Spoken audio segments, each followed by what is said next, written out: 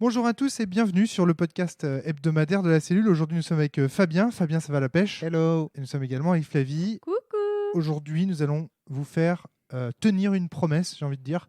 Nous avions promis la dernière fois que nous testerions Ghost Echo et c'est ce que nous allons faire. Fabien, tu as apporté le jeu dans ta besace. Qu'il s'agit donc Ghost Echo? Ghost Echo est un jeu de John Harper. T'es sûr que c'est pas Ben Harper? Sûr que c'est John. Merci. Cette fois-ci, au moins, j'ai fait gaffe de ne pas me tromper. Bref. De John Harper, qui a aussi fait Lady Blackbird, qui a fait Agone, il me semble aussi. Ou Agone. Enfin, l'autre. Pas le Agone de Mathieu Gaborit et de Multisim, mais l'autre Agone. Sans eux, il me semble. Agon, en fait. Agon, ouais. Qui est un jeu. Donc, Ghost Echo. Alors, on va s'appuyer sur la traduction qu'a fait Greg Pogor, qui est une traduction en français, qui est disponible d'ailleurs. Je vous invite à aller sur son blog pour la trouver, puisque Ghost Echo est un jeu qui est gratuit et qui a le mérite d'être en 2 feuilles A4. Enfin, C'était un peu déjà le cas pour les Blackbird, voilà. C'était pas long. Et très court. Mais alors Ghost Echo, c'est encore plus court. Donc ouais, ça fait un peu c'est un peu comme Zombie Cinema aussi, qui est un jeu très très court. Tous ces jeux voilà, qui sont extrêmement courts. Ce qui est intéressant dans Ghost Echo, c'est que donc c'est un jeu dans lequel vous jouez plus ou moins des genres de chasseurs ou de récupérateurs qui vont se promener dans un monde qu'on appelle le monde spectral, et dans lequel il y a des spectres qui vous poursuivent et vous veulent du mal. Les illustrations, donc il y a 2 pages. Les illustrations suggèrent beaucoup un monde un peu cyberpunk, voire peut-être steampunk. Enfin, c'est pas très évident. Un monde valérien, en tout cas. Valérien. Je trouve que les illustrations sont très valériennes. De Valérie Notavon, que j'entends. Ouais, pardon, excuse-moi. Donc les inspirations sont Vincent Baker pour... Je suis désolée. Vincent Baker. Voilà, Dan Aykroyd, donc l'acteur de, si je me trompe pas, Ghostbusters. Voilà. Les Sœurs Wachowski et c'est vrai, maintenant c'est des sœurs. Jordan Weissman, qui est l'auteur de Shadowrun et aussi Earthdawn.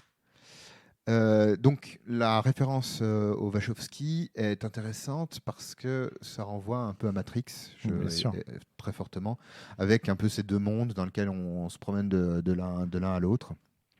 Et puis le côté un peu, référence à Shadowrun, hein, le côté un peu punk, entre guillemets, c'est-à-dire on joue une bande de gens qui ne peuvent tenir que l'un à l'autre.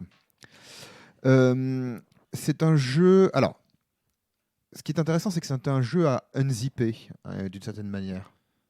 Tu vois ce que je veux dire ? C'est-à-dire t'as un système relativement complet de résolution, mais l'univers est résumé à une page pour l'univers et une page pour le système.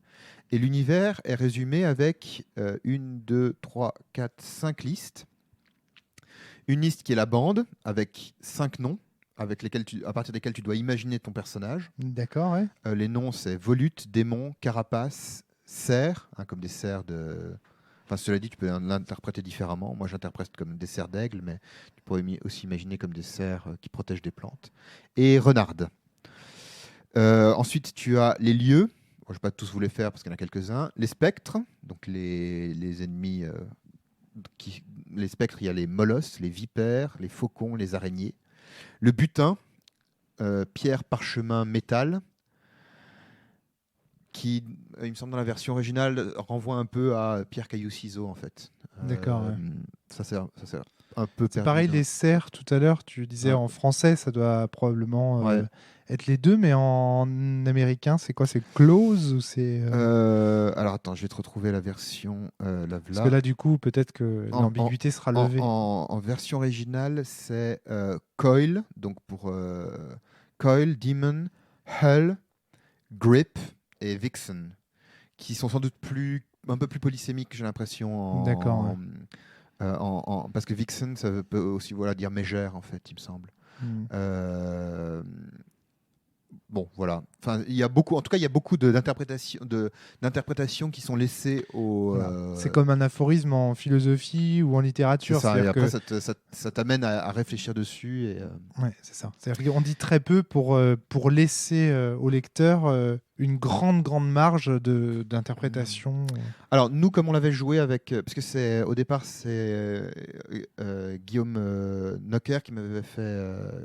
J'avais joué avec lui, avec Fabien Chams, avec Daniel aussi. Et c'est ces gens que tu appelles les Cachanais. Oui, parce Alors, qu'on pourquoi jouait à Cachan.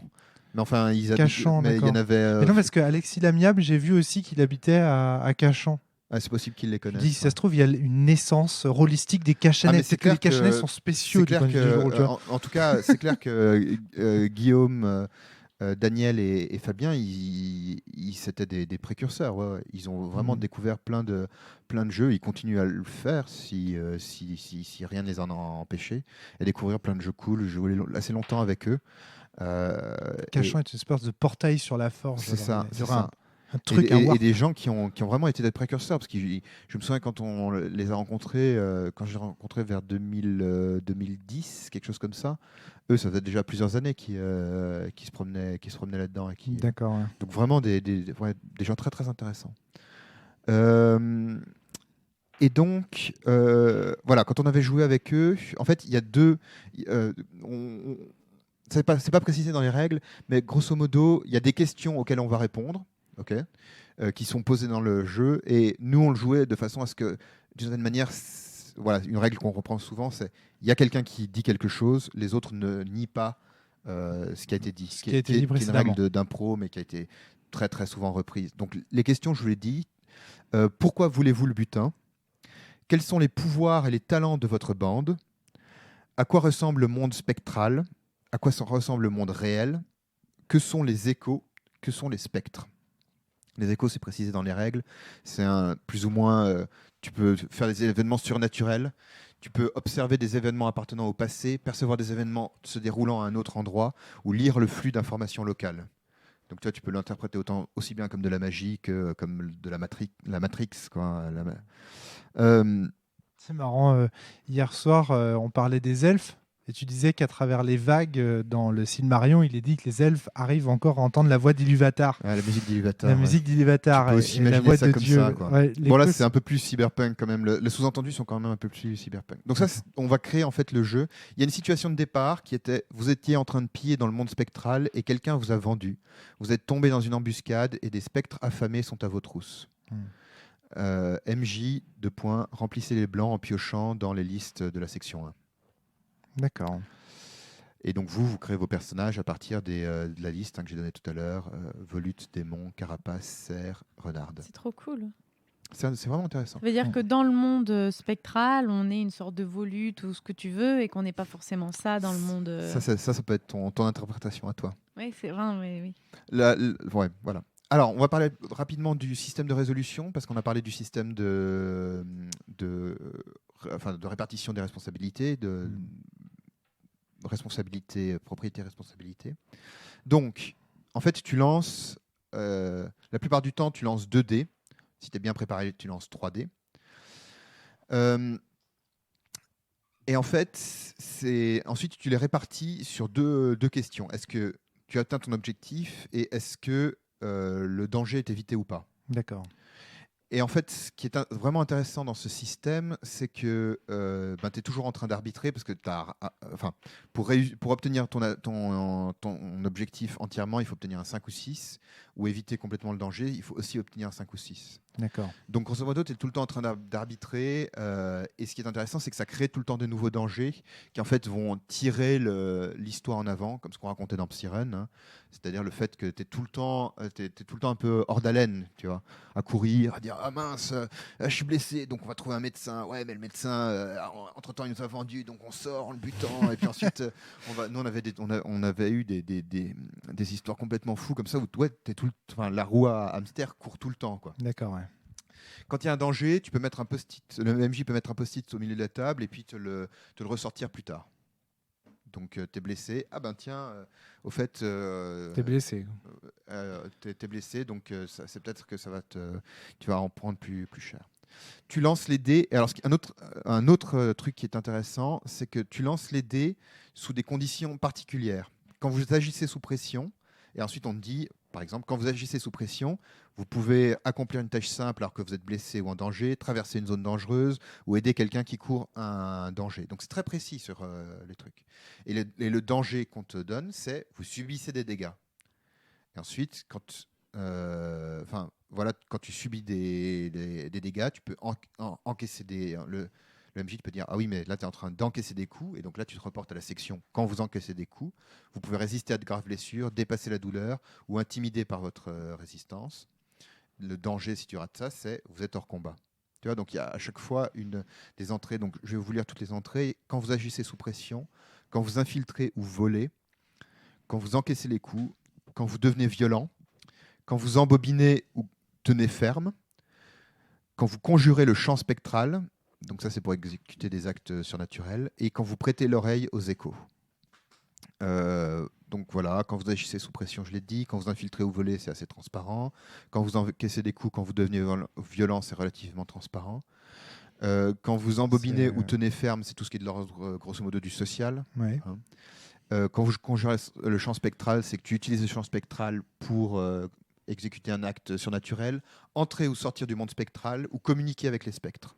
Je trouve vraiment très impressionnant. Quand j'ai lu le jeu, je trouve ça incroyable de préciser en fait quand est-ce que tu allais faire tes jets de dés. C'est quelque chose qu'on reproche énormément aux jeux de rôle classiques. On ne sait jamais quand faire des jets. Enfin, et là, déjà, rien que le fait de voir ça écrit clairement, vous lancez les dés quand, je trouve ça très très bien. C'est par exemple quelque chose, je trouve, dans le système Chaosium, par exemple, dont on parle beaucoup comme système assez traditionnel, manque énormément. On est en train de faire en ce moment même une campagne de Nephilim avec Flavie. Ça manque énormément. Ouais. Et à chaque fois, on se dit, mais quand est-ce qu'on lance les putains de dés ? Quand est-ce qu'on lance les putains de dés ? Parce qu'on a l'impression souvent dans le jeu de rôle classique que c'est, en fait, quand le maître de jeu trouve ça intéressant qu'on échoue. Voilà. Et si à un moment donné, ça peut être intéressant qu'on échoue, eh ben, on nous fait lancer les dés. Mais sinon, voilà. Et là, la première chose qui te saute à la gueule quand tu dis Ghost Echo, c'est ah ben voilà, on me dit quand lancer les dés. Et quand tu fais du jeu de rôle classique, je vais me dire que c'est quelque chose. Tu es content de trouver ça. C'est un truc qui m'avait impressionné aussi dans. Enfin bon, il y a plein de jeux dans lesquels c'est comme ça, quoi. Mais maintenant, oui. Slay With Me, c'est comme ça. Bien sûr. Bon, Apocalypse World, c'est très très évident parce que vraiment c'est extrêmement codifié. Donc ça, c'est vraiment des trucs cool. Je regrette de ne pas connaître la date à laquelle il est sorti. Voilà. On fera une recherche une recherche un peu avant la partie. Ouais. Voilà. Mais je crois qu'on peut. Eh bien, on peut y aller. C'est parti. On joue.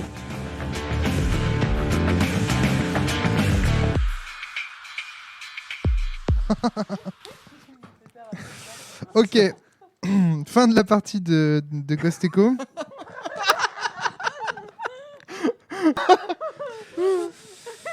Voilà. Donc moi, ça fait à peu près, je sais pas depuis combien de temps. 20 minutes que tu as décroché. Ah non, beaucoup plus que ça. Ouais. En fait, il y a au moins, on va dire, j'ai décroché au moment où on est revenu dans la réalité dans le 15e à Paris. Mais je n'ai rien laissé paraître parce que je ne voulais pas être le tueur de partie. Donc j'ai continué à jouer. Mais je me suis royalement fait chier. C'est-à-dire, en fait, le début, nickel. Vraiment, l'intro, in media res, dans la cathédrale, vous êtes repérés. Il y a un serpent géant qui vous attaque. Il y a un serpent géant qui nous attaque. Vous foncez dans le vide. Une scène surépique où on se jette dans le vide, je te rattrape, je lance des boules de feu et tout. Vraiment, super intro. Je m'éclate. Et en fait, il y a un moment donné où peut-être, franchement, au bout de 20 minutes, le système me lasse, mais alors un truc de fou. Il manque un second souffle.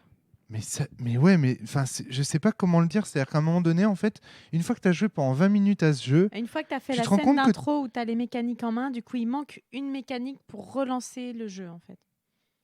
Bon, je sais pas. Je vais vous laisser... On va peut-être pas faire aussi rapidement L'avantage aussi d'avoir laissé, de n'avoir rien dit, c'est que je sens que vous êtes éclatés. J'aurais vraiment. Grave, moi j'ai joué à Fabien Echo, je me suis trop marré. Alors moi aussi, c'est ça qui m'a semblé, c'est que Fabien, t'étais très bon, mais je trouve que le jeu n'était pas à la hauteur de ta prestation. C'est le contraire. Bah, j'en sais rien, mais en tout cas, moi, en tout cas, ce qui m'a fait beaucoup marrer, c'est de voir comment tu allais trouver des solutions d'adversité. C'est-à-dire quelle adversité tu allais. Et à chaque fois, tu trouvais des idées assez originales, des flics dont la vélocité, dont l'agilité dépend du nombre de j'aime et sur Facebook. Ouais, alors en fait, ce qu'il faut... enfin, alors, des on va trucs juste super. parler un petit peu de la fiction, vite fait. Donc, le C'est parti. monde, grosso modo, le monde spectral, c'est un espèce de monde genre paradis, limbe, enfer. Ouais. Et le monde réel, c'était un monde, c'était Paris, mais Paris façon Blade Du- Runner, c'est Ouais, ça, c'est ça. Et dirigé par des méga corpos. Des méga corpos. Donc Mais- Américaine. Oui, américaine. Et puis, il y avait un côté, comment dire, je vais pas dire humoristique, mais très Yann Kounen, c'est-à-dire très caricatural. Mais si, Oui. mais moi, ça, c'est ce que j'ai beaucoup aimé, en fait. D'accord. Le côté, en fait, il y avait un côté Sauce Park dans l'adversité. C'est-à-dire que c'est vraiment, quand on regarde des épisodes de Sauce Park, il y a une caricature qui est faite du monde de la finance, du monde de l'économie, du monde de la grande entreprise, ou même dans Dogma, ou dans, enfin, comment dire, il y a un humour, en fait, il y avait un humour très particulier, une couleur et un canon esthétique très particulier dans cette partie qui n'est pas déplaisant au cinéma ou dans les séries ou tu vois, où tu as cette espèce de Mark Zuckerberg, cette espèce de Bill Gates dont la hache a une forme de Windows et quand il la dégaine, ça fait le bruit de Windows, le Mickey Mouse qui. Oui, qui, enfin, j'avais trouvé des flics aussi, parce qu'en fait, la République française était dominée par Facebook. Je ouais. sais pas vraiment comment ça m'est venu, hein. Et Mais c'est génial. toi, à un moment, en fait, tu as enlevé tous les likes qui étaient sur la page. C'est de la ça, j'ai poursuite. piraté Facebook. Et en pour fait, enlever les likes. Facebook a dit non, bah, arrêtez la poursuite parce que ça n'intéresse personne. Voilà, il n'y a pas assez de partage sur Facebook pour que la poursuite soit encore intéressante pour nous, en fait. Donc, c'est comme ça que vous êtes débarrassé des flics qui vous poursuivaient dans la réalité. J'arrive pas à trouver un film ou un canon esthétique. Peut-être, vous savez, Verhoeven. Si, voilà, dans Verhoeven, il y a un espèce. Robocop, un peu comme ça. Voilà, Ouais. exactement. Pour moi, il y a plein de scènes que tu nous as décrites qui m'ont fait penser C'est à marrant, Verhoeven. j'ai jamais vu Robocop. Par exemple, dans Robocop, Ouais. la scène où justement tous ces administrateurs sont réunis et regardent la ville brûler en contrebas en disant oui, mais c'est pas grave parce que nous on fait de l'argent en vendant de la peur et des assurances. Et la scène avec les archanges à la fin où ils sont réunis en conseil, tout ce trip du conseil d'administration diabolique, ça m'a vraiment fait penser. Enfin, Angélique, puisque. Angélique, oui, pardon. Donc toi, tu jouais un démon. Un démon, ouais. Et le Fly, il jouait plus ou moins un personnage qui était à moitié possédé par un Naruto renard. en fille. un quoi. renard. Ouais, c'est Un ça. Naruto en fille. Ouais. Naruto en c'est fille, ça. mais voilà. Sans vouloir devenir Hokage. voilà. La renarde. Et donc, alors ensuite, vous sortez. Alors, vous aviez récupéré des parchemins, et toi, tu as établi assez rapidement que ces parchemins permettaient d'invoquer Satan. Son maître Alors, au début. mon il disait, maître au mais, départ, voilà. voilà. Ensuite, Ensuite, c'est c'est devenu devenu. Satan. C'est qui ton Mais en maître même temps, je suis un exactement? C'est démon. Lucifer. C'était logique, c'est assez cohérent. Alors voilà, ça c'est un autre truc aussi qui Vous m'a. sortez, posé problème. vous allez guérir vos blessures chez Doc, qui est un de tes copains à toi. Ouais. Doc Neville. Et ensuite, vous allez chez le personnage à Flavie, donc chez Renard, pour récupérer du matériel. Il y a deux chérubins qui font la planque devant. Vous les butez, vous armez, mais il y a des flics qui vous poursuivent. Donc c'est là que les flics Facebook. Et vous vous rendez ensuite dans un endroit qui s'appelle le Cercle Noir, qui sont des copains à toi, Flavie, pour passer en enfer, pour lire les parchemins. Là, tu Ouais. commences à être possédé par le renard. Vous revenez ensuite dans la réalité. Vous allez dans un club qui s'appelle les Six Bras, Ouais. avec 7 étages, et au 7e, enfin, à chaque fois des niveaux de plus en plus classe, entre guillemets. Au 6e ciel, il y a 12 anges. Donc, notamment avec l'ange Mark Zuckerberg, l'ange L'ange Mickey. Mickey. l'ange- L'ange Ronald McDonald. Ça m'est venu aussi parce que je commençais aussi à fatiguer, à inventer n'importe quoi. Mais oui, mais Et on joue un peu tard et je suis un peu fatigué, mais bon, on pourra discuter sur l'impact du système de jeu. Et après, ah oui, parce que vous aviez lu en enfer, vous aviez lu sur les parchemins qu'il fallait le sang d'un archange. Et puis après, vous arrivez, vous butez vous butez un archange, vous invoquez Satan, qui est un gros hippie. Et qui Fume des pétards avec des âmes dedans. voilà, et qui instaure l'enfer sur terre, c'est-à-dire une démocratie participative. c'est ça. Avec des, je sais plus trop, je sais plus ce qu'il y avait, avec des fermes autogérées. Et puis, C'est ça. Et les anges ne peuvent pas détruire le monde. Voilà, les anges n'arrivent pas à détruire le monde. On a Il y essayé de avait aussi trouver une sorte de truc à un moment que j'ai trouvé génial. Tu décris une parade où il y a les méga corpos qui lancent des t-shirts dans la foule, qui lancent Avec des des pluies de nuggets. hamburgers. Ouais. Euh, Bon, Alors, que dire moi, je trouve que pour un début de partie, le système de jeu, il fonctionne très très bien. Moi, ça me fait l'effet si Dracula, ce jeu. J'en parle très très souvent. Ouais. C'est-à-dire, pour moi, c'est un jeu en fait qui, au début, tu commences et c'est vraiment bien. Il y a un côté, et puis assez rapidement, tu t'aperçois en fait que c'est une machine qui, un moteur Bernard quoi. Il est lancé, et puis à un moment donné, bon, ça le fait pas quoi. Ok, Je trouve que ça alors, le fait pas. je vais essayer de résumer un peu à la fois la critique, mais c'est, enfin, bon, effectivement, le jeu manque un petit peu d'un second souffle, c'est vrai. C'est-à-dire que une fois la situation initiale, je pense que c'est au meneur de jeu de créer quelque chose d'intéressant. Mais oui. Tu vois, le problème c'est que Mais justement, je trouve que tu as bien réussi. je manque un peu de. Ah non, tu vois, moi c'est justement ce qui m'a intéressé. Ce que j'ai trouvé, d'ailleurs, j'allais dire avant même que les micros se lancent, j'allais dire, le jeu est pas bon, mais toi tu as été très bon, j'ai Je trouvé. dirais pas que le jeu est pas bon. Enfin- Il a ses limites et il a ses limites internes, mais il faut quand même le prendre Alors pour. moi, il y a un souci que j'ai repéré et qui, je pense, a posé problème. Ouais, Mais un vrai J'aurais truc. voulu Ouais, finir. vas-y. Fini, Pardon, et j'aurais voulu après, fais une note. Moi, je trouve quand même que le jeu on a le temps. est Discuter. intéressant. Ce que j'ai joué là est relativement constant avec mes précédentes expériences. C'était bon, donc ce que j'ai déjà dit, c'est-à-dire un peu ce manque de second souffle. Et j'ai retrouvé un peu ce problème aussi qui est comment dire, au bout d'un moment, tu t'avances parce que le jeu te demande d'avancer, pas parce que la fiction te demande d'avancer. Ouais. Tu vois, c'est-à-dire que tu as des problèmes, et puis vous êtes à nouveau attaqué par le serpent, puis toi, tu es possédé, et puis alors, il y a des contre-trucs à gérer, et puis moi, je vous balance de l'adversité dans la tronche. Mais au bout d'un moment, tu te dis, bon, quel est notre.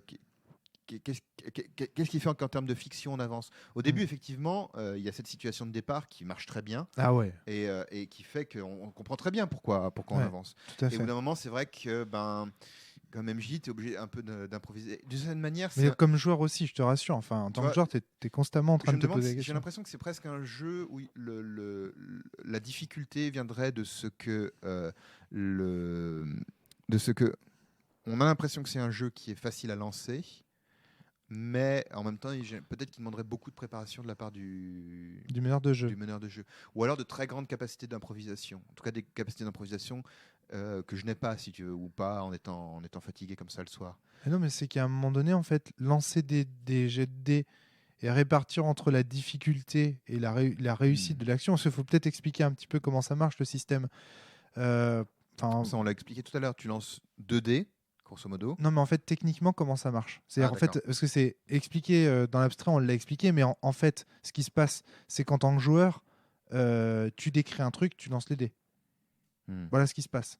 À un moment donné, j'ai noté que tu nous passais la parole chacun notre tour, et chacun notre tour, on décrivait quelque chose qui, de toute façon, faisait lancer les dés. Parce que l'intérêt du joueur, c'est d'agir sur les mécaniques du jeu. C'est pas de, enfin, ça servira à rien de faire de la description pour faire de la description.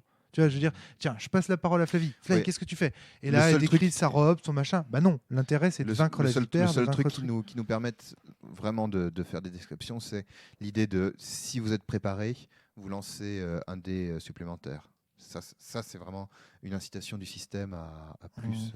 Ouais, peut-être à faire des descriptions. Fly, tu voulais dire un truc?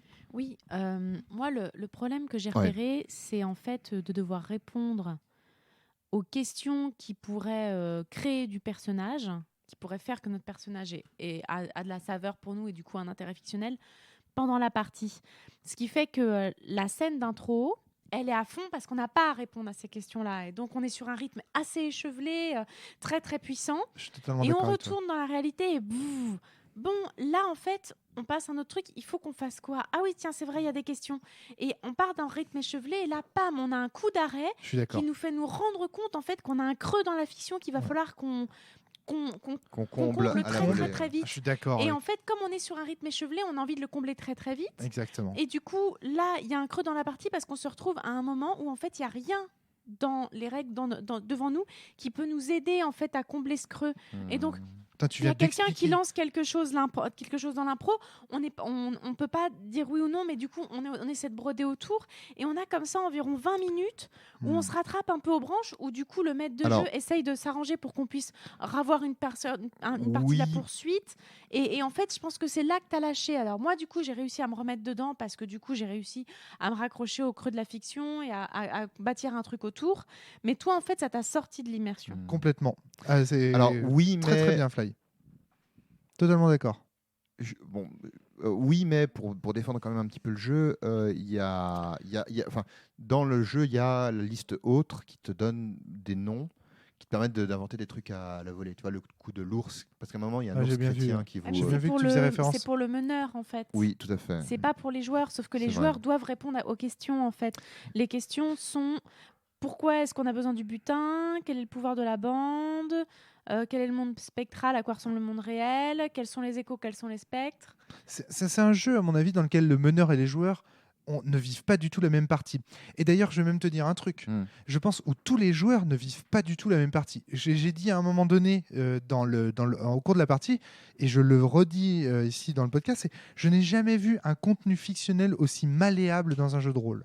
C'est la première fois que je trouve que la fiction est élastique au point que c'est pas certain, mais alors pas du tout, que si on fait autour de cette table-là, on se met dans un confessionnal, on dit chacun ce qui s'est passé dans la fiction, on va avoir 3 histoires radicalement différentes. Moi, je ne comprenais pas toujours Pas ce tout à qui fait se quand passait. même, mais je comprends ce que tu veux dire. Moi, je comprenais pas toujours ce qui se passait. Honnêtement, il y a des fois où j'improvisais des trucs en me disant bon, je crois à peu près que tout le monde est d'accord là-dessus. Je vais décrire ça, des flèches, des templiers. Je m'axais autour de mots-clés. Mais par exemple, moi, j'ai imaginé qu'on était encore dans une forêt à ce moment-là. On était encore dans une Moi forêt. aussi. À un moment donné, quand on saute dans le vide, par exemple, on a mis vachement longtemps avant de t'expliquer ce qu'on voulait vraiment faire, Fabien. Tu n'as pas tout de suite compris.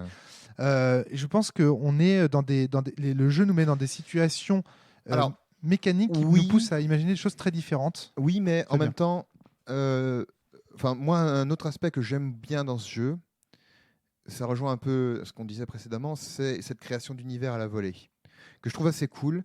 Et je trouve qu'on a quand même créé un... Bon, à la fin, j'ai commencé un peu à déconner, j'avoue. Non, moi j'ai trouvé ça cool. J'ai trouvé ça cool, en fait. Fate et Mickey, et puis Mark Zuckerberg et Encore une fois, on est bons preneurs pour ce genre de trucs et moi j'étais dedans en fait. Repenser à South Park. C'est une critique, la critique. Oui, mais on est loin du canon esthétique de Ghost Echo. Alors, attends, laisse-moi quand même aller jusqu'au bout. Je trouve que c'est quand même intéressant parce que tu arrives à développer un univers qui est pas, tu vois, ça stimule ta créativité en termes esthétiques. Tu crées un univers qui est pas dégueulasse. Et en particulier, c'est très agréable. Et je trouve que ça marche très bien effectivement dans cette scène du début. Oui. C'est-à-dire que si on avait un peu plus de scènes. D'autres situations, tu vois, qui étaient proposées par le jeu ou qui permettaient de rebondir un peu. Peut-être qu'on pourrait continuer à créer un univers simplement en jouant et que ça donnerait quelque chose d'assez cool, je pense. Flavie ? En fait, il manque une seule scène pour moi. Mais une scène cruciale, c'est-à-dire qu'après la scène d'intro, qui est assez échevelée, qui nous met dedans, il manque une seule scène, une scène type flashback ou quelque chose comme ça, où on pourrait jouer ce qui nous a amené à être dans cette scène-là et nous donner nos futurs objectifs. Ah oui. Et c'est pour moi la seule chose qui manque, parce qu'ensuite, du coup, on aurait le plan, le truc, tu vois, genre, on se met à dire, bon, qu'est-ce qu'on avait dit déjà ? Et puis là, du coup, tu peux imaginer, oui, on doit faire ça, on doit aller vers là. Et là, en fait, tout serait mis en place. Oui, pour poser des motivations des personnages qui soient des motivations un peu plus solides que simplement j'ai un truc et j'essaie d'en faire quelque chose. Parce que du coup, pour des gens comme Rome, qui sont des joueurs qui vont pas se relancer forcément dans la fiction, qui ont besoin d'avoir des règles quand même assez claires. Parce que sinon, il y a des jeux où tu peux carrément tomber dans le n'importe quoi. Là, tu t'es contré. Carrément. Mais du coup, t'es pas rentré dans le fun. J'ai fait l'effort parce que je voulais pas pourrir la partie en fait au bout de 20 minutes. Mais voilà. Mais je pense pour des joueurs comme ça, moi je sais pas, une petite heure, je pense. Une heure, on a plus que ça. 2 heures, 2 bonnes heures. D'accord. Nous dit Alice. Et je pense que c'est ce qui manque en fait. Il manque vraiment quelque chose pour combler ce creux fictionnel qui fait que du coup on se raccroche aux branches en se disant on a quand même démarré un jeu de rôle, donc là il faut quand même qu'on trouve pourquoi on est là. Et en fait, on aurait cette création immédiate qui te tient à cœur de la fiction. Oui. Et tout en pouvant la faire. Je trouve que tu as vraiment raison. Ça, effectivement, ce serait ce serait un bel élément de game design. Bien analysé, hein, Fly, le jeu. Putain, je suis impressionné. T'expliques plein de sentiments que j'avais. J'arrivais pas à trouver les mots. Et... Je suis partiellement d'accord avec Fly. Ouais. Alors, en fait, il faut quand même parler des choses positives dans le jeu. C'est vrai que... bon, il y a une autre question que je me pose vraiment, mais c'est un peu la même question qu'on a avec Zombie Cinema. Quand c'est des jeux très courts comme ça, c'est toujours un peu difficile de comprendre quel est de manière l'esprit des règles. C'est-à-dire comment les règles sont censées être utilisées, tu vois. Ouais. Là, on a vraiment pris le jeu brut de décoffrage, un peu avec l'expérience que j'en avais eue. Ouais. Tu vois, c'est toujours une question parce que tu disais tout à l'heure, est-ce qu'on a joué à Fabien Echo ou à Ghost Fabien ou à... Non, moi j'ai lu le jeu. Alors juste un point, j'ai lu le jeu. On en a respecté parfaitement les règles. D'accord. Je sais pas quelle est la part. En tant que meneur, je sais pas quelle est la part. Des listes qui te permettent du coup de voir dans quel univers ou vers où tu dois nous emmener. Donc moi perso, je l'ai pas lu. C'est pas extrêmement clair. Hein. Tu vois, moi, je pense que c'est pareil pour le meneur, mais je pense par contre les listes donnent des vraies choses sur lesquelles s'appuyer pour le meneur. Je t'ai vu chercher dans les listes. Oui, j'ai utilisé la parade nocturne, le cercle noir, le mont cathédrale, les 6 bras. J'ai utilisé ours. J'aurais pu utiliser venin, ça aurait été cool. Tu as utilisé les serpents à plusieurs reprises. Tu l'as utilisé. Tu l'as pas utilisé, Spectre, j'ai pris vipère en fait. Effectivement, le méchant, c'est devenu vraiment. Et le butin, c'était des parchemins, comme dans le. D'accord. Je me demande quand même, si tu veux, quelle est la part de. Enfin. Ouais, est-ce que je vous ai bien transmis le jeu de certaine façon? Est-ce que ça, c'est une question que une vraie question que je me pose. C'est une question qu'on parce peut que par exemple à tous les Zombie Cinéma, one shot. Au Zombie Cinéma, oui, mais il y a certains, si tu veux, oui, mais dans certains jeux, tu peux évaluer par rapport à d'autres parties précédentes ou qui sont présentées par l'auteur dans le texte, tu vois. Ghost Echo, évidemment, il y a ce pari d'arriver à transmettre le jeu comme je disais, en format zippé. Et je sais pas trop comment. Enfin, je sais pas si je voulais bien présenter ou pas à cause de ça, quoi, parce que j'ai pas vraiment d'autres. Mais c'est pas. Encore une fois, c'est pas de ta faute. Alors, si le jeu est zippé, il doit prendre le risque d'avoir ce genre de partie, Flavie. Pour moi, il y a un gros intérêt dans le jeu. C'est la fluidité du système. Non, je suis pas d'accord. Qui est un système quand même rapide de mise en place, mais je pense qu'il manque quelques petits ajouts sur ce système pour préciser des types de scènes. Mais je pense que je vois bien où veut nous emmener le jeu, sur un rythme échevelé, sur un truc qui n'a pas l'air d'être prise de tête, un petit peu où on doit faire sans arrêt du pop et de l'épique un peu. Enfin, moi, c'est l'impression que j'ai eue. Alors, sur le système de résolution précisément, tu vois, par rapport à Psyrun, effectivement, je trouve quand même que ça va beaucoup plus vite que dans Psyrun, où dans Psyrun, il y a vraiment des moments d'arrêt, quoi, où tu es là, bon, ok, qu'est-ce que je fais avec mes... Donc, attends... Vas-y, je t'en prie, Fabien. En revanche, un vrai problème, et ça, j'ai pas su l'interpréter, et toi, tu t'en es rendu compte aussi, Rome, dans la partie. Je voulais en parler. C'est l'interprétation des dés. Tu vois, je n'y comprends rien. À quel moment s'arrête l'objectif, à quel moment s'arrête le danger. Tout à fait. Tu vois, par exemple, je relis ce morceau de règle. Quand vous encaissez les coups, donc ça c'est en gras. Ensuite, vous résistez donc on vous donne des exemples de qu'est-ce que c'est quand vous encaissez les coups. Vous pouvez résister à de graves blessures, dépasser la douleur ou intimider par votre résistance. Danger, vous êtes hors combat.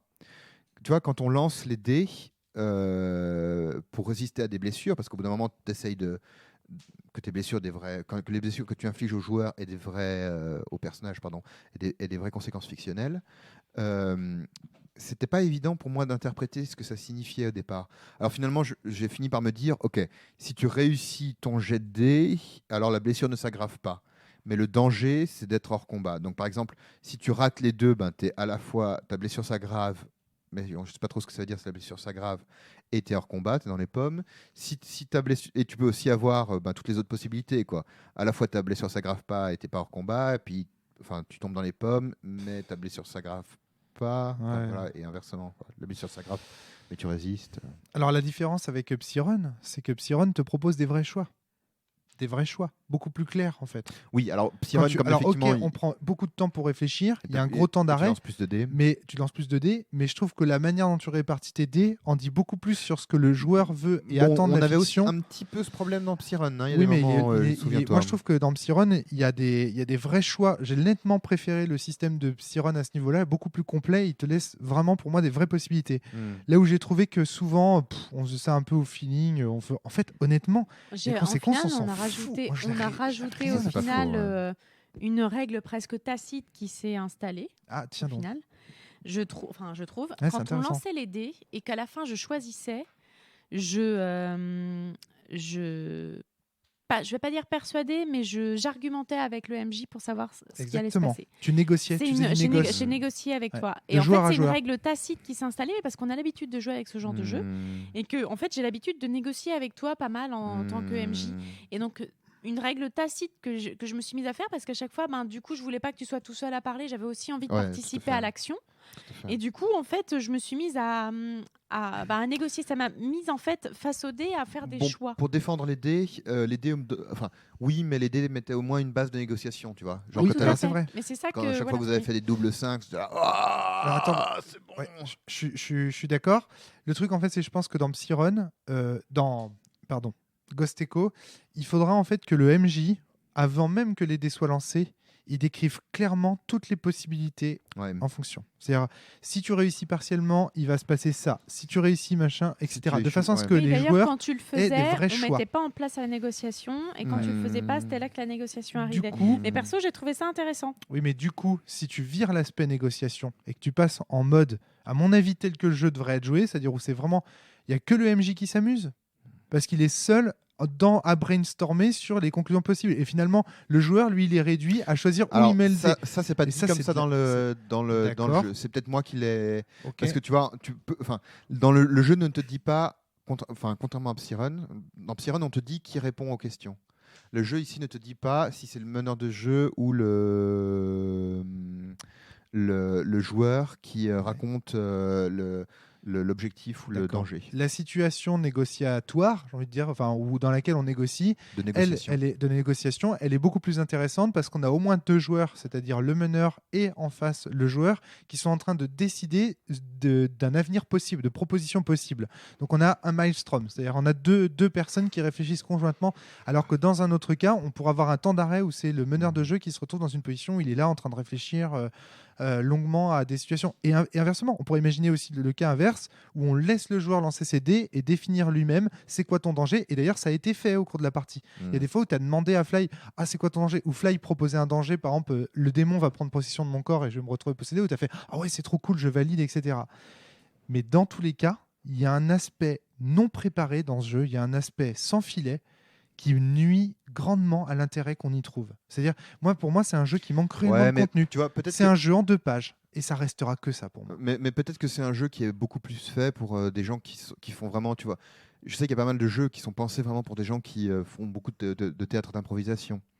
Et donc qui sont plus habitués peut-être à inventer des trucs complètement à la volée, en prenant les enjeux. Tu vois, peut-être qu'on n'est pas le bon public pour ce jeu. Moi, Flavie. je sais bien que voilà, mais moi je suis contente de la fiction qui a été créée. Moi aussi, assez. Et moi je me suis bien marrée. Alors oui. J'ai des moments peut-être enfin. un petit peu de creux, mais bon, moi je me suis bien marrée et je suis contente quand je repense à la fiction, je la trouve cool. Bon, Mais tu l'auras oublié dans. Ouais, je suis d'accord, dans on deux n'y jours. reviendra D'ailleurs, plus. L'autre jour, Psyrun, je me suis fait la réflexion en montant le podcast, je me souvenais même plus du jeu. Alors que dans le podcast, je m'entends dire ouais, c'est bien, j'y rejouerai, je sais plus ce que je raconte. J'étais là, mais non, en fait. Ce jeu, il est passé sur moi, mais Attends, comme. on parle de Ghost Echo là. Je sais bien, mais Ghost Echo, ce que je veux te dire, c'est que ça va me faire pareil. Hmm. Moi, je suis sûr, c'est des jeux qui n'ont rien de bouleversant. Ça me fait penser à Lady Blackbird. Lady Blackbird, c'est pareil, Oui, mais c'est bien huilé, ça d'accord, tourne mais bien. ça c'est dans le projet de départ du jeu, tu vois. Le lendemain, Tu peux lui t'as oublié. reprocher, mais c'est dans le projet de départ du jeu de pas. Enfin, oui. Pas c'est bouleversant hein, comme jeu. Je suis d'accord, Voilà. mais je l'ai pas présenté comme un jeu bouleversant. Tout à hein. fait. Mais L'intérêt est mécanique. L'intérêt est mécanique. On voit bien que c'est un jeu qui Moi, j'aime bien l'esthétique qui a été créée quand même. Je suis pas, enfin, je suis pas fan du jeu, mais Il fait bien de la guitare quand même. n'importe quoi. Non, mais Ah ouais, il tu faut, vois- il faut, il faut prendre le jeu pour ce qu'il est, si tu veux. Ouais, je pense. Tu vois, il faut prendre le jeu pour ce qu'il est. Quelle est sa date de parution? Alors, Quand est-ce moi, qu'il sort je ne sais pas exactement. Je sais qu'on y jouait déjà en 2010. Parce que sur le site, j'ai pas réussi à trouver la date. si c'est le jeu qui a inventé l'idée que les dés donnent Non, ça c'est des codes, ça on y vois. a déjà répondu. C'était dans Other Kind de Baker. on y a répondu, mais pas dans les podcasts. Oui, d'accord. Enfin, on y a répondu. Excusez-moi, il y a De des, Vincent Baker des auditeurs qui nous ont Des commentaires. notamment Callisto, qui nous ont De Vincent Baker? de Vincent Baker. Ah, je c'est crois. toujours lui. Pardon.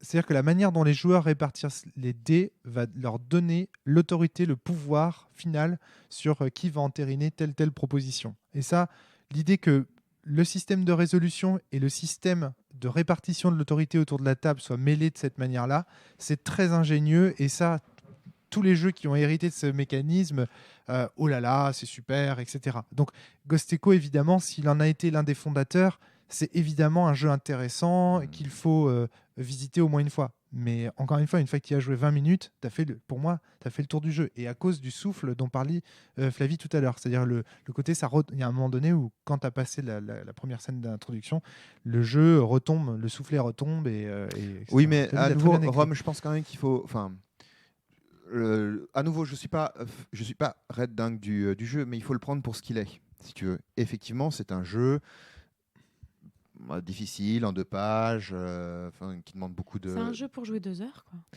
Voilà. C'est un jeu en 2 pages. Ouais, mais tu vois, zombie Voilà. cinéma aussi est en 2 pages. Et pourtant, on peut faire du zombie cinéma vraiment à l'infini. Et on peut en tirer. Ouais, puis moi, Zombie Cinéma, c'est Il y a un des jeu que parties j'aime qui bien, m'ont fait déjà j'avoue. pleurer dans zombie cinéma. Moi, pas du tout, mais Enfin, c'est pleurer, un- j'exagère un peu, ouais. mais où j'étais vraiment très ému. Tu vois, bon. Donc, simplement, Ghost Echo n'a pas les mêmes. J'ai l'impression n'a pas les mêmes ambitions. Voilà. En tout cas, clairement, les situations problématiques présentées dans Ghost Echo sont intéressantes. Enfin, l'introduction, en tout cas, est intéressante. et crée L'introduction crée est du jeu. intéressante, mais je te dis, il manque effectivement, la proposition de Flavie était extrêmement juste. Il manque sans doute une motivation générale, globale, tu vois, à avancer. Et quand tu dois te trouver à toi-même, quand le joueur doit se trouver sa motivation un peu sans y avoir réfléchi, comme ça, un peu à la volée, et puis que, bon, peut-être qu'il faut être plus dans l'improvisation que nous, enfin, être plus agile dans l'improvisation que nous ne le sommes. Ah, je nous ai trouvé quand même plutôt pas mal, hein. Ouais, mais pour inventer des trucs débiles, rigolos, je veux dire, tu vois. Les anges qui veulent détruire le monde, il faut ramener Lucifer pour arranger la situation. Je trouvais ça cool. Ouais, d'accord, mais bon, ça mériterait d'être plus travaillé, tu vois. Ouais, comme mais c'est situation. pas possible avec ce système de jeu. Justement, je suis d'accord là-dessus, je suis d'accord avec toi. Alors qu'une petite scène où le MJ ou les joueurs, hein, je sais pas, décident de créer à un moment des objectifs pour pouvoir, ça relancerait tout. Quoi. Et je pense que là, on aurait un jeu tout. Et à nouveau, peut-être que c'est moi qui mal interprété, tu vois, parce que quand ils disent répondez à cette question pendant la partie, alors ils disent quand même pendant la partie, Qu'est-ce pas que ça avant veut la dire, partie. ça Qu'est-ce que ça veut dire? Est-ce que ça veut dire qu'il n'y a pas des moments où il faut, tu vois, genre s'arrêter Prendre du recul. et puis Je me laisser suis posé la question, moi. laisser brainstormer, tu vois. Ouais. Les mecs qui sont après la scène d'action, les mecs qui sont sur le canapé et qui se regardent et qui font bon, mais là il nous faudrait quand même un système pour pouvoir Et au puis moins il faudrait le dire. structurer Hein. ça, tu vois, d'une certaine Dans manière. Prosopopée, à un moment donné, Frédéric il dit voilà, le silence fait partie du jeu. Là, ça aurait pas été grand-chose sur les 2 pages de dire bah, prenez le temps de réfléchir à vos situations pour améliorer les situations. Là, c'est pas le cas. Et en plus, comme il lance directement dans des scènes qui. Enfin, moi, ce qui ressort de ce jeu, c'est l'hystérie. C'est un jeu d'hystérie. Tout est hystérisé, tout est irisé. Tout est très très dynamique. Ça va vite, on lance les dés, il y a des conséquences, etc. À Donc, nouveau, c'est peut-être mon interprétation des choses, ça je ne Moi, sais pas. je me pose la question parce que je relis les questions ouais. et au final, je me demande si elles structurent pas en fait un scénario. Pourquoi le Ah oui, butin d'accord. s'arrêter après qu'on ait récupéré le butin et se demander qu'est-ce qu'on a récupéré. Ah oui, d'accord. Mais on l'a Ensuite- fait. Ouais, On mais l'a tu fait. vois, faire ça pour chaque question, c'est-à-dire qu'à un moment on s'arrête, en fait, quel est notre pouvoir, pourquoi sommes-nous ensemble? le pouvoir de la bande. Une autre scène, ensuite on s'arrêterait. À quoi ressemble le monde spectral au final? Est-ce qu'il a un objectif, quelque chose à nous apporter? On relance quelque chose, ensuite à quoi ressemble notre monde réel? Puis qu'est-ce que sont les échos? Parce qu'au final on n'a pas du tout traité ça. On l'a vraiment fait, Flavie, mais par contre, c'est vrai qu'on ne s'est pas réservé des scènes dédiées. Ouais. C'est-à-dire, mais on l'a fait tout au long du jeu. Les spectres, au final, c'est les méchants de la fin. Enfin, tu vois, j'ai l'impression que la façon dont sont rédigées les questions, elle rédige aussi un scénario. D'accord, ok. Ouais, donc, pourquoi le butin? On l'a fait. Alors, je suis désolé, moi, on va répondre à chaque question. Oui, on a répondu à toutes les questions, sauf les questions sur les échos. On n'a pas dit ce qu'étaient les. Moi, j'ai essayé. J'ai pas arrêté de lancer des perches, de lancer. Et ça aussi, c'est un truc que moi, je j'avais veux une dire, réponse à l'intérieur dans ma tête qui était les échos, c'est les âmes. Et justement, les âmes on y damnées. arrive à ce problème dans ce jeu. C'est-à-dire que chacun, en fait, répond a priori, je dis bien a priori, pas pendant la partie, mais répond a priori avant même de faire ses descriptions et ses propositions aux questions posées. La preuve, c'est qu'à un moment donné, je décris ce que contient le butin. Donc je dis, ce sont des parchemins qui contiennent des mots d'invocation pour mon maître. Et Fly rajoute tout de suite, oui, mais c'est pour sauver le monde. Genre, j'y avais réfléchi aussi. Allez, je raccroche les wagons. J'accepte ta proposition un peu bancale qui me plaît pas trop parce que j'y avais réfléchi et que ça rentre en contradiction. Toi, tu dis oui, mais moi, de mon côté, j'avais réfléchi. Ok, si on a tous réfléchi à un truc a priori et que entre nous, ça colle pas, du coup, ça n'engendre que de la frustration. Chaque fois qu'un joueur est heureux d'avancer son truc qu'il a pensé a priori et qu'il voit se réaliser dans la fonction, il frustre deux joueurs. Autrement dit, on obtient une situation dans laquelle, à chaque fois que quelqu'un fait une proposition, il est content contre deux autres personnes. Et si on est trois, ce sera un mec content pour trois mecs mécontents. Donc au final, ce jeu entretient le mécontentement d'une majorité à chaque fois, comme la démocratie, c'est pareil. Alors, donc, j'irai pas jusque-là, mais je vois ce que tu veux dire. C'est-à-dire qu'effectivement, il y a. C'est un jeu de frustration. C'est un jeu. C'est vrai qu'on pourrait. Enfin bon. Moi, j'ai. Quand tu crées, c'est vrai que quand tu crées du contenu comme ça, c'est intéressant que tu parles de prosopopée, qui pour le coup semble pourtant être vraiment l'opposé de ça, mais c'est aussi prosopopée, c'est un jeu dans lequel tu crées du contenu, tu vois, du contenu, du contexte fictionnel, mais tu prends ton temps. Et surtout, tu réfléchis énormément. Fabien, tu ne réponds tu n'as à t'interroger sur aucune question a priori. Et ça, c'est très important. Tous les jeux, je dis bien tous les jeux, dans lesquels des questions sont posées aux joueurs pendant la partie ou avant la partie, sur l'univers, sur quoi que ce soit. On en avait parlé dans Sur les frontières, le jeu de Manuel Bedouet. On en reparle encore ce soir, on en avait également parlé dans Psyrun. À chaque fois, je vous dis, ce sont des moteurs à frustration. Parce qu'en posant des questions, on invite les joueurs à imaginer quelque chose qui est possible, et au final, au cours de la fiction, soit il aura raison, auquel cas il sera lol, je suis content, soit il aura tort, et auquel cas il sera super frustré. Ou alors il faut que tu sois seul à être responsable de cette... Tu vois, si je te dis... Toi, tu dois répondre à telle question. Toi, tu dois répondre à telle question. C'est ça. Et là, dans ce cas-là, c'est bon. Ça peut marcher. Dans ce cas-là, c'est bon. Et c'est ce qui se passe, par exemple, dans par exemple, Polaris, où on se pose des questions dans le cadre des responsabilités qui nous sont octroyées en fonction de quel tour de joueur c'est.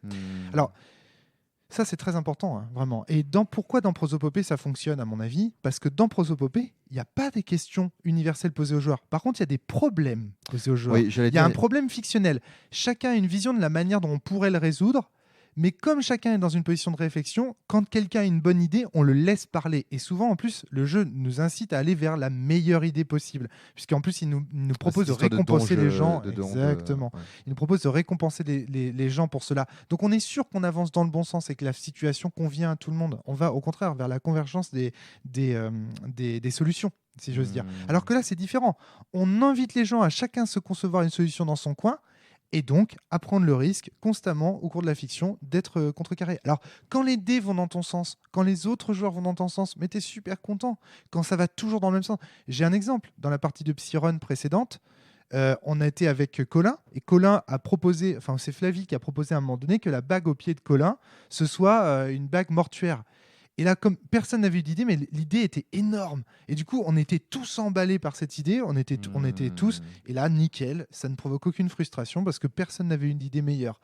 Mais les propositions qu'on fait chacun dans notre coin, quand les autres les jugent pas trop bonnes, non seulement on est frustré parce qu'il les refuse et donc on se dit bah quoi, vous me critiquez quoi, elles sont pas bonnes mes idées, il est pas bonne mon idée, mon chemin, mais en plus ça nous contraint parfois par politesse à entériner des idées qui finalement ne nous conviennent pas. Et donc pour moi ce sont des jeux, ce sont des machines à perdre, ce sont des machines à frustration. Ça engendre en fait au fur et à mesure, c'est une machine à se désintéresser de l'univers. T'es un peu dur. Je comprends ta critique. J'essaye de formuler ma critique du mieux que je peux. Oui, j'entends bien. Je comprends ta critique. À nouveau, c'est peut-être bon. Si tu veux, j'essaye de comprendre le projet qui est derrière ce jeu et d'en tirer le meilleur parti. Tu vois, en se disant bon, si je devais y rejouer, comment j'améliorerais les choses. Et bon, c'est peut-être que là aussi c'est parce qu'on n'est pas assez habitué à un certain type d'improvisation dans lequel tu dois accepter ce que les autres t'apportent et puis bon ben voilà. Enfin, et à nouveau, je suis pas fanatique de ce jeu, mais je trouve qu'il y a quand même un truc intéressant dans cette création d'univers à la volée. Moi, j'aime bien un peu cette mais on cette trouve pas frénésie. ça dans tous les jeux un peu imparfaits qui incitent les joueurs à faire des trucs à la volée. Enfin, on trouve ça dans tous les jeux un peu modernes dans lesquels on n'a pas envie de se faire chier avec des préparations de parties très longues et donc du coup on laisse les joueurs improviser leurs propres trucs. C'est quoi ce moderne? Bah, je sais pas, des jeux un Non, peu à parce la que mode. Je veux dire, c'est des jeux très à la mode. Ça va. Où tu dois. Bah oui, bah. Non, parce que Excuse-moi. t'as des jeux qui s'en sortent. Enfin, je pense il y a un jeu qui me fait aussi cet effet comment dire de création d'univers à la volée et qui marche bien pour moi. C'est Slay With Me de Ron Edwards. Ah ouais, Enfin bon, ouais, c'est marrant parce que c'est des genres de jeux, je suis complètement hermétique. C'est vraiment des trucs. T'avais pas aimé Slay With Me? Je sais plus. Enfin, bah, c'est pas un jeu qui m'a laissé un souvenir impérissable. Ah, moi, j'adore vraiment ce jeu. Je le trouve très très. Non, assez rapidement, je m'ennuie. J'ai l'impression qu'il n'y a rien à Moi, creuser. c'est les qu'il y a tours rien- 2D que j'aime bien moi, dans Slay With Me. Moi, j'ai Je te défonce ta tour 2D. Ouais. c'est des jeux dans lesquels j'ai la sensation qu'il n'y a rien qui résiste d'intéressant. C'est des jeux dans lesquels j'ai la sensation que le sol se dérobe sous mes pieds en permanence. S'il fallait poétiser mon propos, ce serait ça.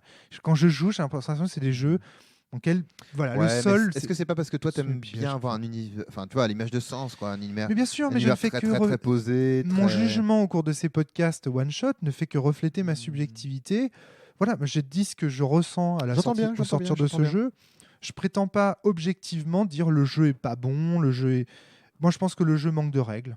C'est-à-dire au sens où 2 pages, pour moi, c'est pas suffisant en fait pour poser des règles qui soient jouables plus de 20 minutes. Pour moi, en 2 pages, on joue 20 minutes. Voilà. Tu vois, j'exagère à peine. Et c'est 20 putains de minutes. Par contre, c'est énorme. Voilà, c'est ça. L'intro, elle est énorme. Ouais. Énorme. Énorme. Je Généralement. pense qu'il manquerait pas grand-chose, moi. Je suis assez d'accord. Il faudrait que en fait, ce podcast me donne envie d'aller voir des rapports de partie d'autres personnes et de comprendre ce qu'ils y ont trouvé parce que j'ai quand même l'impression qu'il y a quelque chose d'intéressant dans ce jeu, même si bon, oui, il y a des dimensions qui sont frustrantes, un peu essoufflantes. Ouais, mais alors là, faut être très clair. Qu'est-ce qu'on juge? Parce que si tu vas lire des rapports de partie dans lesquels des gars ont rajouté des règles parce que je dis c'est pas ça, rajouter moi, mon des problème. règles. Quelle est l'utilisation de l'outil, tu vois, Oui. qui est faite? Quel est l'esprit dans lequel ils utilisent les règles? Parce que tu vois, c'est le problème un petit peu aussi qui est des jeux différent. unzippés. C'est que le jeu unzippé. D'accord, ne tu vois- te donne pas Et ouais. ne te donne pas l'esprit des règles. Et justement. donc, du coup, exactement. Et moi, Ghost Echo, pour moi, il me fait l'effet d'un jeu qui a l'air d'avoir un grand esprit quand tu regardes les. Franchement, le jeu, moi, il m'a séduit. Hein. Vraiment, je regarde les 2 pages et tout, des illustrations chouettes. J'avais l'impression que c'était assez clair et tout. Et puis, en fait, assez rapidement, le rêve s'est effacé. J'ai trouvé ça vraiment. Il n'y a pas assez, quoi. C'est pas assez. Après, voilà, tu me dis, c'est un jeu d'une jam ou je sais pas quoi qui a été fait en 24 heures, en 12 heures. Tu vois, je fais OK. Enfin, mais j'en attendais un petit peu plus. Ok. Et puis, oui, voilà. Alors, là où je voulais en venir, c'est qu'on peut pas dire dans certains podcasts, ce jeu manque de règles et il manque des règles pour le rendre intéressant et dire pour Ghost Echo, Ah oui, mais non, mais là j'aimerais bien aller voir comment des gens rajoutaient des rustines pour. Bah oui, mais donc ça veut dire que le jeu, s'il a besoin de J'ai rustines pour pas le rendre parlé de intéressant. rustine, Rome, attention. Non mais J'ai dit, j'aimerais comprendre ce que d'autres trouvent à ce jeu, tu vois. d'accord, ok, ouais. Parce que j'ai un peu cette intuition qu'il y a quelque chose d'assez cool dedans. Je me trompe peut-être, hein, je dis peut-être que le jeu est vérolé, mais j'aimerais comprendre ce que d'autres y trouvent, tu vois. Parce que c'est quand même un jeu qui a eu du. C'est toujours un peu quand tu es face à une œuvre que beaucoup de gens ont aimée et que toi tu es plus mitigé ou voire que tu l'as pas aimé. Enfin, souvent j'essaye de comprendre ce que les autres y ont trouvé, tu vois. Fly. Favi. Moi, j'ai une théorie sur ce jeu.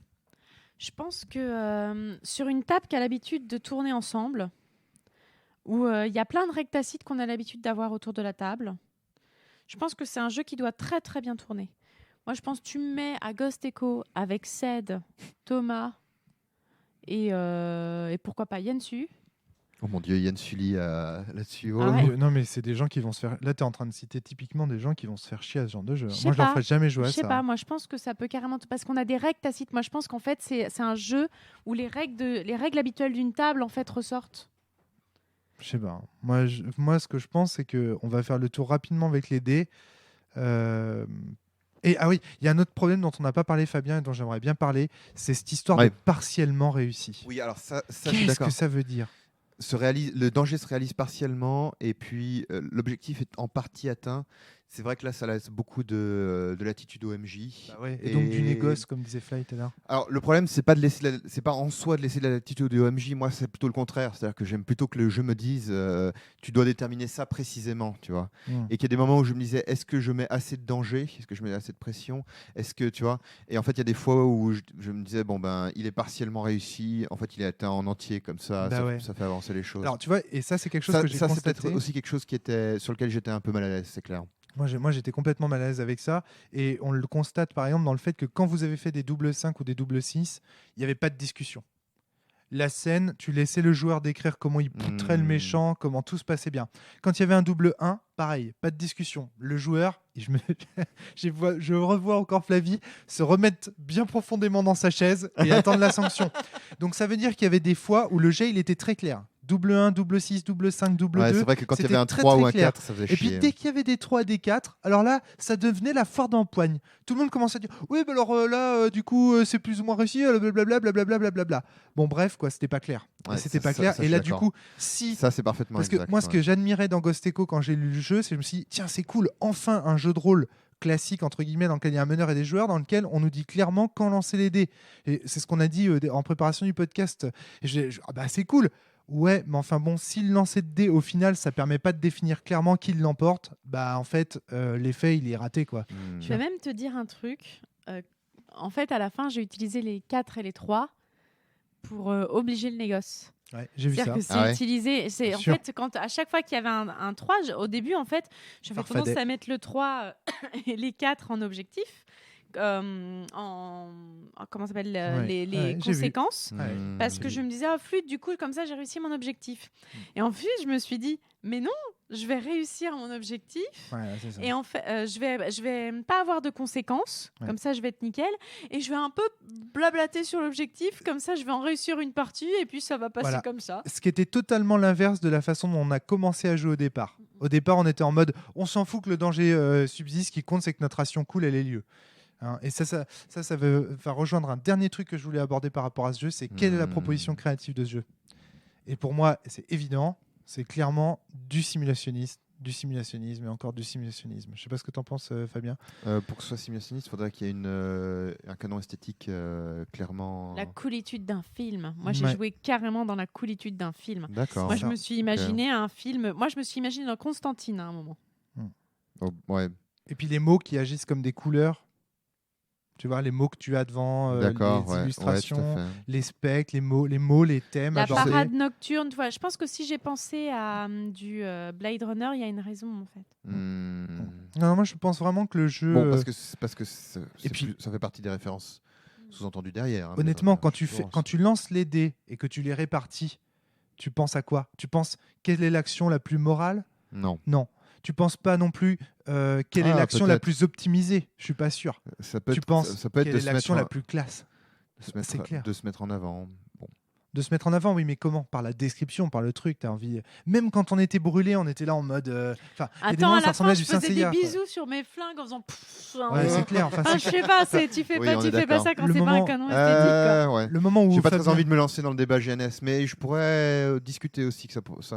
Je sais pas si c'est très intéressant pour comprendre le jeu. En fait, moi, j'avoue que le principe. Alors, bon, là, on arrive sur un truc. Sur ce que j'estime être les limites du GNS, et je trouve ça intéressant pour réfléchir à comment tu crées un jeu. Mais en fait, moi, ça m'explique pas ce que je ressens durant les parties.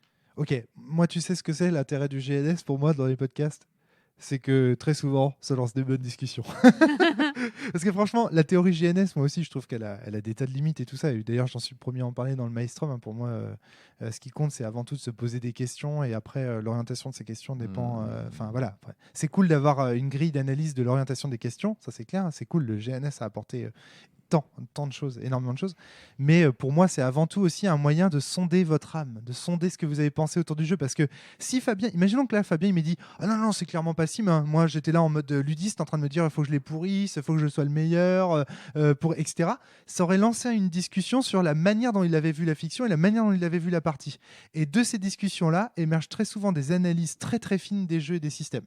Donc pour moi, le GNS, en termes de podcast, je révèle un petit peu aux auditeurs ma tambouille d'animateur, c'est que pour moi, c'est un excellent moyen en tant qu'animateur de relancer une discussion qui s'éteint. Je pense que je peux quasiment toujours te répondre la même chose. Hein. Je joue Sim. Hein. D'accord, bon, oui, mais c'est... Ah oui, c'est pas parce que tu joues Sim que le jeu encourage telle ou telle proposition. Mais par exemple, il y a les scènes que j'ai trouvées les plus cool, c'était souvent des scènes très esthétiques. La scène où tu nous décris le gros chérubin gras devant la porte en train de garder. Tu nous as mimé le truc. Qu'est-ce qui se passe? J'avais l'impression d'être dans Duke Nukem.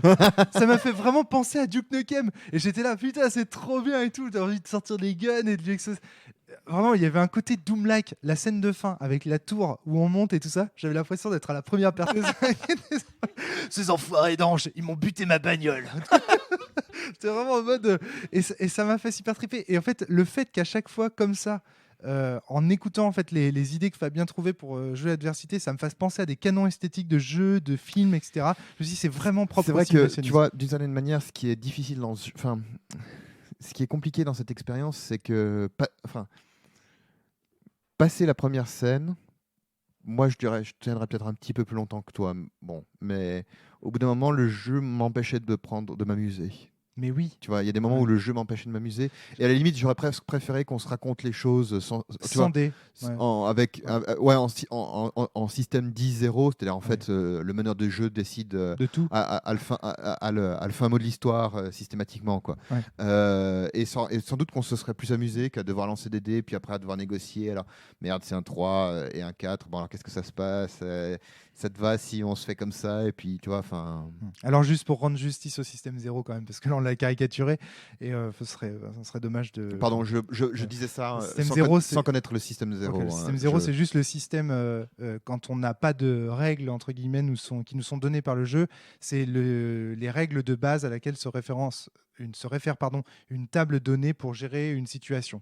Il y a une situation, on n'a pas de règles pour la gérer. Hop, là on se réfugie dans le système 0. C'est spécifique à chaque table. C'est spécifique. Le système 0 est spécifique à chaque table. C'est-à-dire que c'est vraiment un système au sens de la forge. C'est pas des règles. Les règles 0. C'est ça que je voulais dire tout à l'heure en parlant de règles tacites. Il faut rendre quand même justice au concept. C'est ça que je voulais dire en parlant tout à l'heure de règles tacites, où je disais qu'en fait c'est un jeu qui mettait ça en avant autour d'une table. Et c'est vrai que la plupart des systèmes 0 pratiqués dans le jeu de rôle des routards, le système 0 c'est le MJ. Comme on dit souvent, c'est caricaturé en disant c'est le MJ qui a toujours raison.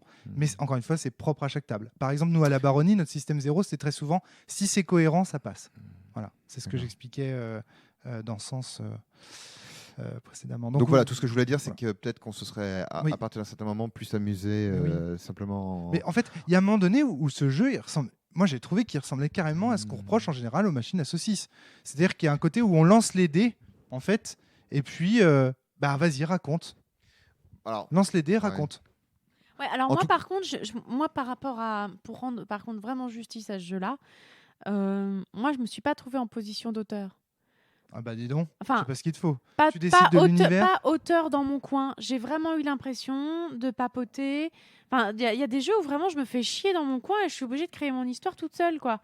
Là, moi, j'ai vraiment eu des moments où je participais avec vous, quoi. J'étais pas toute seule dans mon coin. Mais ça, pour moi, en fait, c'est pas ça. Pour moi, le problème, c'est que quand tu lances les dés et que, en fonction du résultat du dé, tu dois raconter quelque chose qui t'est décrit dans une base. Par exemple, dire raconte comment ton personnage échoue, raconte comment ton personnage réussit, et que finalement, les réussites et les actions ne dépendent plus de la fiction, mais uniquement des lancers de dés. Pour moi, c'est là que le pas de la mécanique prend le dessus sur la fiction. Ouais. Et c'est là qu'on arrive. C'est la partie d'échec qui détermine quelle fiction on raconte et pas l'inverse. Enfin, il n'y a pas d'interaction. J'ai l'impression que, bon, j'aime pas trop quand tu parles de machine à saucisses, mais c'est vraiment un autre problème. Pour revenir à Ghost Echo spécifiquement, je pense que la difficulté, une vraie difficulté, c'est ce qu'on a déjà dit, hein, c'est le fait que finalement, on n'a pas de fiction qui nous pousse à faire avancer les choses. C'est ce que je dis. Et que c'est tu vois, on se dit pas. Donc nous, on avait sauvé le monde et invoqué Satan. Mais bon, voilà, c'est un objectif. Ça aurait pu être à peu près n'importe quoi d'autre en fait. Donc c'était pas un objectif fictionnellement, ça nous tenait pas tellement à cœur. Ce qui faisait avancer la fiction, c'était beaucoup plus simplement les lancers de dés. Oui, et comme dit, je pense que si on avait eu les deux à la fois, ça aurait pu être vraiment intéressant. Tu vois, le jeu pourrait être vraiment cool s'il y avait les deux à la fois et si on réglait un peu cette histoire de partiellement. Tu vois, que ce soit. D'accord. Enfin, en tout cas, voilà, je sais pas si c'est une machine à saucisses ou pas, au sens où toi tu le définis, mais Non, ce que tu viens de décrire, par exemple, d'employer ce terme. Oui, tu as arrêté d'employer ce terme, je sais bien. Mais ce que tu décris là, c'est exactement ce que moi j'appelle quand c'est la mécanique qui nous pousse à décrire de la fiction, et quand c'est plus la fiction qui se détermine elle-même, supportée par des mécaniques ou aider. Par supporter, j'entends supporter au sens anglo-saxon, mais c'est pas ça, c'est soutenu, voilà, soutenu par des règles. À ce moment-là, pour moi, on entre dans le cadre d'un truc dont je ne dois plus prononcer le nom, apparemment. Mais voilà, c'est ce que tu décris là, c'est exactement moi cette sensation que je n'aime pas dans les jeux. Ça, j'aime pas ça. Quand il y a un moment donné dans ce jeu, j'avais juste envie d'arrêter de jouer, quoi, de me dire bon, c'est bon, on en a vu assez là. Moi aussi, au bout d'un moment, hein, je on sait aussi. Quand je dis quand il y a eu l'attaque de Mickey Mouse et ses claquettes, ses claquettes hamburger ou la hache Windows à Bill Gates, je commençais aussi à. Et pourtant, on avait joué 2 heures, quoi, ce qui n'est pas énorme tant que ça. L'autre truc, c'est le mot bande. Je ne l'ai pas compris dans le jeu Ghost Echo. C'est quoi la bande? Comme un groupe de PJ. Alors, dans ce cas-là, pourquoi est-ce que tu nous avais choisir 2 noms différents pour la bande? Parce que c'est les archétypes. C'est les archétypes. C'est les noms des personnages. Ils peuvent s'appeler soit Volute, soit Démon, soit Carapace, soit Cerf, soit Renard. Ah, d'accord, ok. En fait, on choisit notre nom. D'accord. Et ce nom va influencer évidemment grandement la façon dont on va faire la suite. D'accord. Donc, le nom va servir de couleur en fait pour jouer. Voilà. Intéressant. Ok. D'accord, très bien. Est-ce que vous aviez d'autres choses à aborder autour de ce jeu ou est-ce qu'on a globalement fait le tour? Je pense qu'on l'a bien débriefé. Comme dit, moi je reste sur mon idée que c'est un jeu qui a des limites, mais tout n'est pas acheté. Il y aura des choses intéressantes à faire avec, et j'aimerais comprendre ce que d'autres y ont trouvé. Tu vois, j'aimerais bien que les auditeurs me disent ce que eux aiment dans ce jeu, s'ils l'aiment, et ce qu'ils en retirent. Bah moi pareil, évidemment. Évidemment. Ça m'intéresserait beaucoup de savoir ce que. Voilà, c'est vrai qu'effectivement, s'il y a beaucoup de personnes qui aiment ce jeu. Parce que je continue à m'interroger sur à quel point nos propres particularités et peut-être la manière dont j'ai transmis le jeu pourrait avoir induit une dynamique qui fait que tu t'es pas amusé dans la partie, tu vois, et que même Flavie et moi, au bout d'un moment, on tirait un peu la langue. Pourtant, j'étais à fond. Ouais, mais quelqu'un à un moment où on n'avait plus envie, quoi, tu vois. Ouais.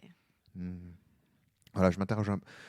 C'est un peu une énigme parce qu'il y a aussi des trucs qui me plaisent beaucoup dans le jeu, donc je suis un peu mi-figue mi-raisin finalement. Moi, je terminerai en disant que y a des choses qui plaisent beaucoup, moi aussi, mais je pense que malheureusement, c'est qu'un jeu c'est un jeu qui n'est que 2 pages et qui reste une ébauche de jeu en fait pour moi. Et il faudrait qu'il aille plus loin. Est-ce que 2 pages, en fait, on parle souvent de l'esprit des règles. Est-ce que 2 pages sont suffisantes pour transmettre l'esprit des règles? Ça, c'est le premier problème. Et moi, le deuxième problème, quand même, que ça soulève, la question que tu poses, Fabien, qui est abyssale. Bon, évidemment, vous savez que de toute façon, les avis dans ces micros n'engagent que les gens qui les tiennent. Je me demande du coup, jusqu'où ça remet pas carrément en question finalement l'émission elle-même, parce que à partir du moment où tu dis oui, il y a comment dire, quand est-ce qu'on est légitime parce que là, ce que tu es en train de dire, c'est jusqu'où est-ce que moi, mais ça, c'est la problématique de tous les one-shots, tu vois. D'ailleurs, tous les meneurs de jeu qui ratent un jeu, c'est-à-dire qui ont la sensation, qui disent à la fin d'un podcast de la cellule, j'ai raté. Par exemple, je prends Globo, quand il nous a fait tester Sombre, il est sorti du podcast, il était dépité, le pauvre. Il disait, j'ai raté, je vous ai pas transmis le jeu, etc. Et tu vois, là, j'ai la sensation que tu sors un peu de ce podcast avec une sensation similaire, même si tu dis, ça repose non, pas. à nouveau, je suis pas fou amoureux du jeu, Ouais, mais vraiment là, c'est pas. Et puis je suis pas venu en me disant je vais leur transmettre Ghost Echo, ils seront, enfin et tu vois, parce que j'aime pas le jeu à ce point. Mais je m'interroge très sincèrement sur. Mais moi, en fait, si tu veux, moi, cette interrogation-là, juste pour te dire, je l'extrapole à tous les one-shots dans lesquels j'ai trouvé les jeux. Il faudrait aussi se poser la question quand le jeu nous plaît, quoi. Tu vois. Voilà, c'est ça, exactement. C'est-à-dire, est-ce que finalement, mais ça, c'est des questions qu'on a déjà eues, tu vois. Oui, bien sûr. Est-ce que finalement, est-ce qu'on se serait autant amusé si on avait été différent et si on avait, enfin, bon. Non, mais bien sûr, mais c'est ça qui m'amuse aussi. De toute façon, les limites de l'émission One Shot, on les connaît. C'est aussi pour ça qu'on a envisagé de faire une émission qui s'appelait Campagne, ouais. qu'on est très en train difficile, de faire. très compliqué à mettre en place, mais voilà. Très difficile. Et voilà, on les connaît, on sait très bien que c'est subjectif sur une, voire deux parties. Voilà, on va pas épiloguer là-dessus pendant des heures. Je veux dire, on connaît les limites de One Shot, on les a déjà exprimées. On pourrait le dire à chaque fin de one shot. Ouais, tout à fait. Mais c'est intéressant. C'est-à-dire que je me demande si finalement à chaque fois les jeux devraient pas être présentés par des gens qui ont la foi dans les jeux.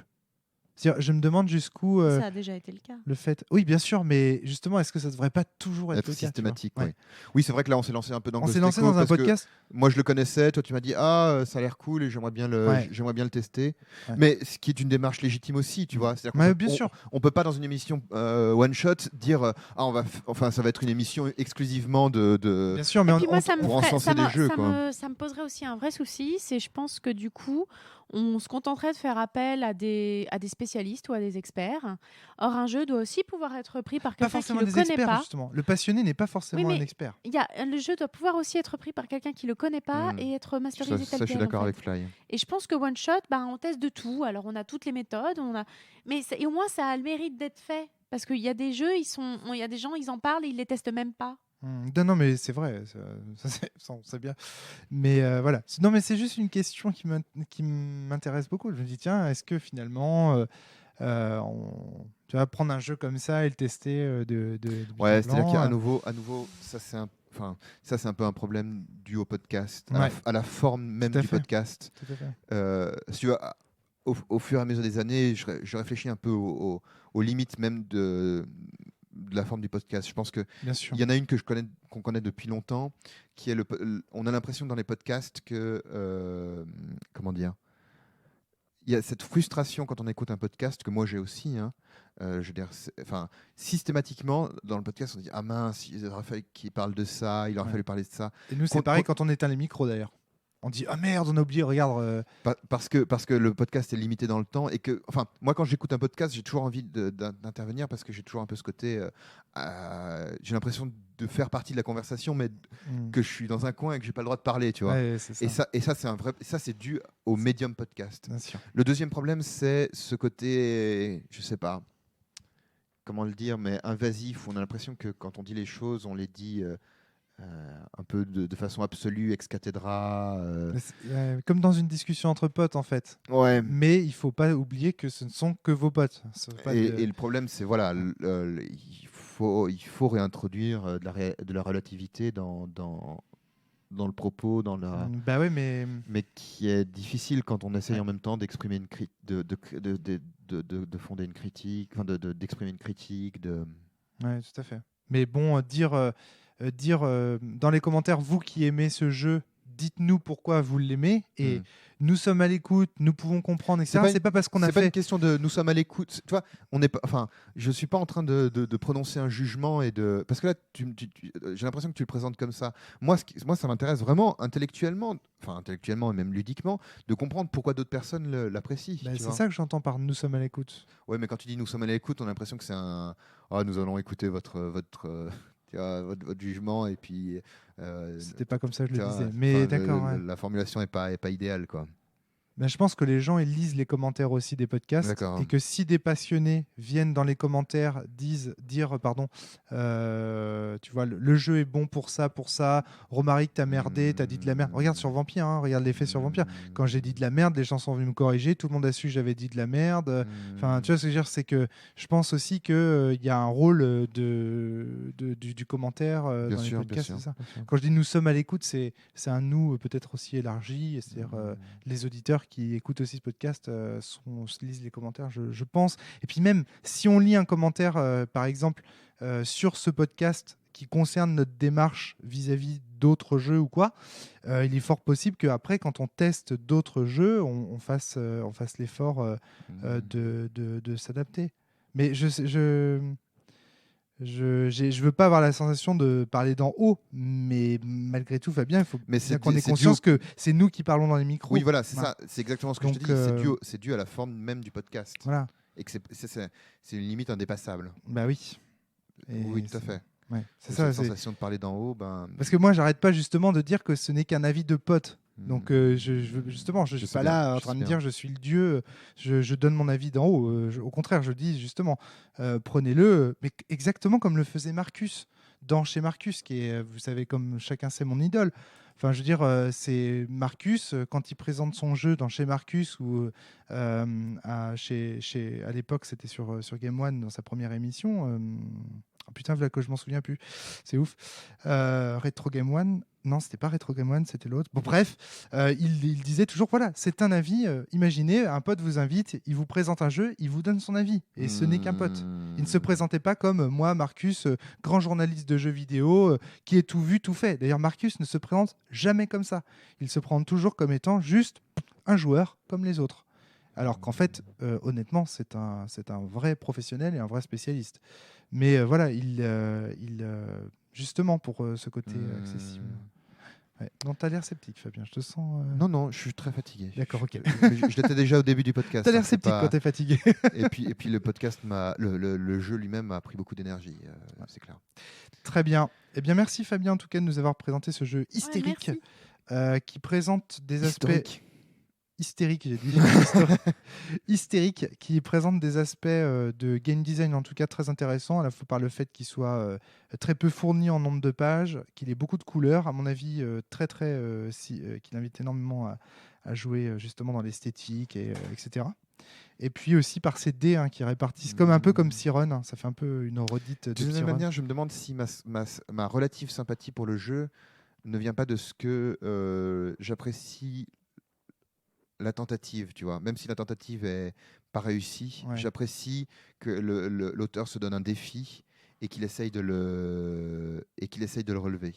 Il peut se planter, mais au moins il fait quelque chose qui est audacieux, tu vois. D'accord. La chance ne sourit, semble-t-il, pas toujours aux audacieux, mais en tout cas, je trouve. Mais à force de travail, ça pourra l'amener à faire quelque chose. La tentative me séduit, me plaît, tu vois. D'accord. Avec ses limites. Mais je la trouve intéressante quand même. Tu préfères quelqu'un qui fait un jeu de 2 pages ambitieux que quelqu'un... Je préfère quelqu'un qui fait un jeu ambitieux et qui se rate plutôt que quelqu'un qui fait un jeu pas ambitieux et qui atteint ses objectifs. Tu vois. D'accord, ok. Ouais. Tu sens de l'ambition, tu sens de l'ambition dans Ghost Echo. Nécessairement, si tu veux, ouais. Au moins dans sa forme. Au moins dans sa forme. Ouais. Voilà. Ouais, d'accord, ok. Très bien, merci Fabien, merci Flavie. À très bientôt tout le monde. Portez-vous bien. Ciao. Et surtout jouez bien de toute façon. Ne vous fiez pas uniquement aux avis de la cellule. Téléchargez tous ces jeux dont on parle. En plus, faites-vous votre avis. C'est ça qui compte bien sûr. Salut, à la prochaine. Salut.